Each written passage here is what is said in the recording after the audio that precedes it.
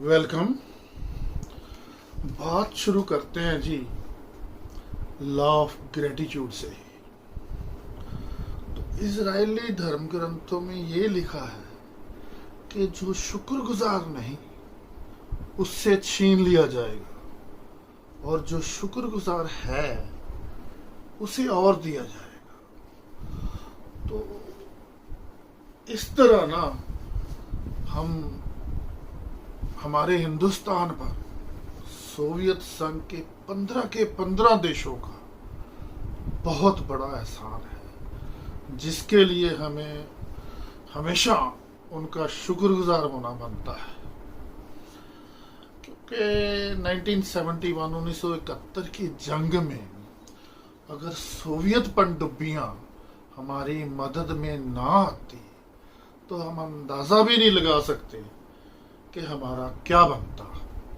क्योंकि यूएसए और यूके दोनों ने जहाजी बेड़े हमारे खिलाफ भेज दिए थे, एक अरब सागर की तरफ, एक बंगाल की खाड़ी की तरफ। तो लेकिन अब विडंबना ये है कि रूस और यूक्रेन का पंगा पड़ गया है और हम इतने मजबूर हैं कि हम किसी एक की साइड नहीं ले सकते। क्योंकि मान लो एक एग्जांपल है कि शशि थरूर की फैमिली ने हम पर कोई एहसान किया, मुझ पर, जहां मेरी फैमिली पर, मगर उनके जो बच्चे हुए आगे उनमें से 2 बच्चों की आपस में अनबन हो गई। तो जो वैदिक कल्चर के संस्कार है ना जी, उसके मुताबिक हम किसी एक की साइड नहीं ले सकते। अगर वो दोनों बच्चे, उनका पंगा पड़ जाए या लड़ाई हो जाए, बड़ी मुश्किल होती है। अगर यूक्रेनी औरतें विधवा होती हैं तो हमारे ही शरीर का एक हिस्सा कट जाता है, और लेकिन अगर उधर रूसी मरते हैं तो भी हमारे शरीर का ही एक हिस्सा कटता है। तो दोनों तरफ हमें लॉस। इस सिलसिले में मैं देख रहा था कि अगर शुरू से कौटिल्य नीति अप्लाई की होती ना तो इंसानियत का दुख मिनिमाइज किया जा सकता था, कम हो सकता था, काफी कम हो सकता था। वो ऐसे कि जब चंद्रगुप्त मौर्य ने नंदगण राज की राजधानी पाटलिपुत्र पर हमला किया तो वो हार गया। नंदगण राज आज का बिहार है और पाटलिपुत्र पटना सेंटर में। तो हार के बाद जब सेना वापस जा रही थी तो कौटिल्य ने एक घर से कुछ आवाजें सुनी। वो खिड़की से देखने लगा और सुनता है कि बेटी गरम गरम रोटी के सेंटर में से बुर्की तोड़ने की कोशिश कर रही है, लेकिन तोड़ नहीं पाती क्योंकि सेंटर में रोटी ज्यादा गर्म होती है। तो उसकी माँ उसको डांटती है, कहती मूर्ख, तू भी चंद्रगुप्त मौर्य की तरह सीधा सेंटर में हमला कर रही है। बेवकूफ, पहले किनारों से तोड़। तो बाकी तो इतिहास है, आप जानते हैं। हमें यह भी पता है कि रोटी किनारों से ठंडी होती है, और इतिहास का भी पता है कि बाद में चंद्रगुप्त मौर्य ने किनारों से हमले किए और अल्टीमेटली नंदगण राज पर कब्जा कर लिया, उसको जीत लिया।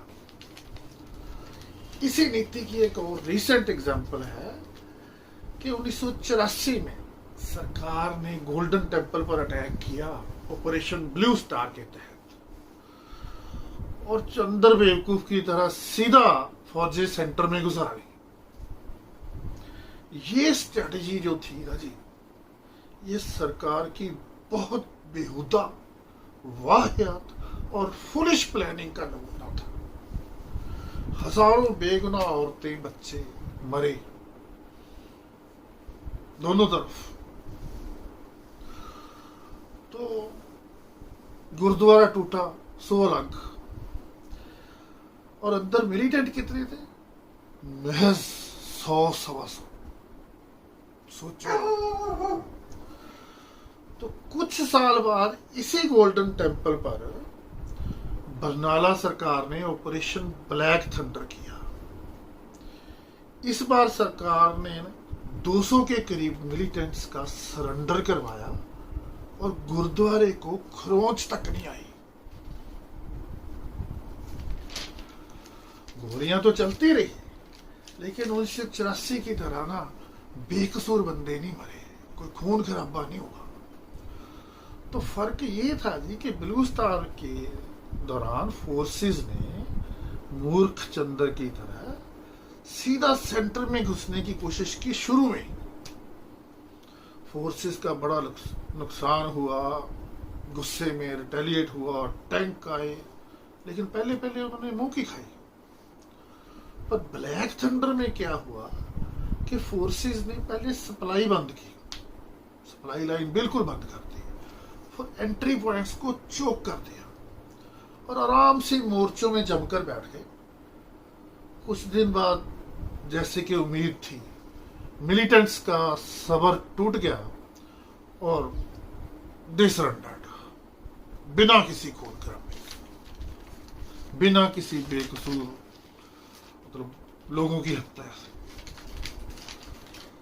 तो इस रशिया यूक्रेन पंगे में भी ना जी आपने देखा होगा 64 किलोमीटर लंबा टैंकों का काफिला शुरू में सीधा सेंटर में कीव की तरफ बढ़ा, बट विद नो कॉन्सिक्वेंसेस। पता है आपको। पर अब रशिया जो है ना वो कौटिल्य नीति पर चल रहा है। उसने इधर Odisha, Mariupol, Crimea, Donbas, Belarus border, सभी जो किनारे हैं वो चोक कर रखे। कुछ भी यूक्रेन से अंदर बाहर नहीं जा सकता, ना अंदर आ सकता है कुछ, ना बाहर जा सकता है। आप पढ़ते ही हैं रोज न्यूज में। और अगर अब वेस्ट की जो वेपन सप्लाई लाइन है,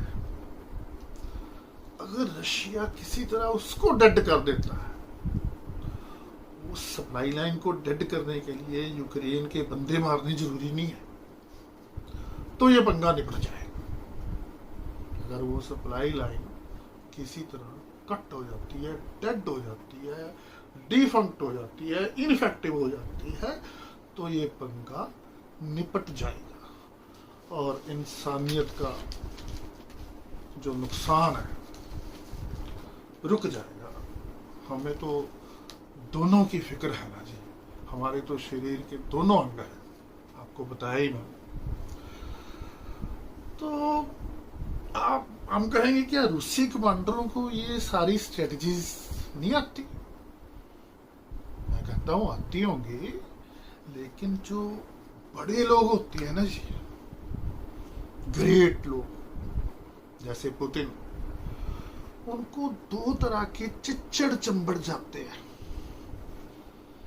ये दो चिच्चड़ होते हैं। चिच्चड़ वो कीड़ा होता है जो ऐसे खून पीता है आपका, बड़ा नुकसान करता है। ये दो चिच्चड़ होते हैं, चमचे और दल्ले। ये चमचे और दल्ले उस ग्रेट आदमी को कभी ठीक सलाह नहीं देते। क्यों? वो पहले अपना मतलब देखते हैं।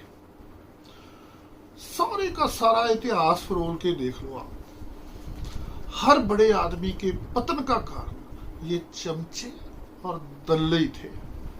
रिसेंट एग्जांपल है हमारा ये साउथ अफ्रीका, 3 दलाल थे, मैं उसकी डिटेल में नहीं जाता, आपको पता है। और पुतिन जैसे कैंट बंदे को तो ना कई बार बंदा डरता ही नहीं सलाह दे पाता। खैर, हम तो समझते हैं कि हमारे तो छोटे छोटे दिमाग हैं। ये भी हो सकता है कि रशिया की कोई बेहतर लॉन्ग टर्म स्ट्रेटजी हो, वो चल रही हो, वो भी है। भगवान करे सब जल्दी सेटल हो जाए। और इंसानियत का जो लॉस है वो रुक जाए। हमारी तो यही दुआ है। इति वार्ता।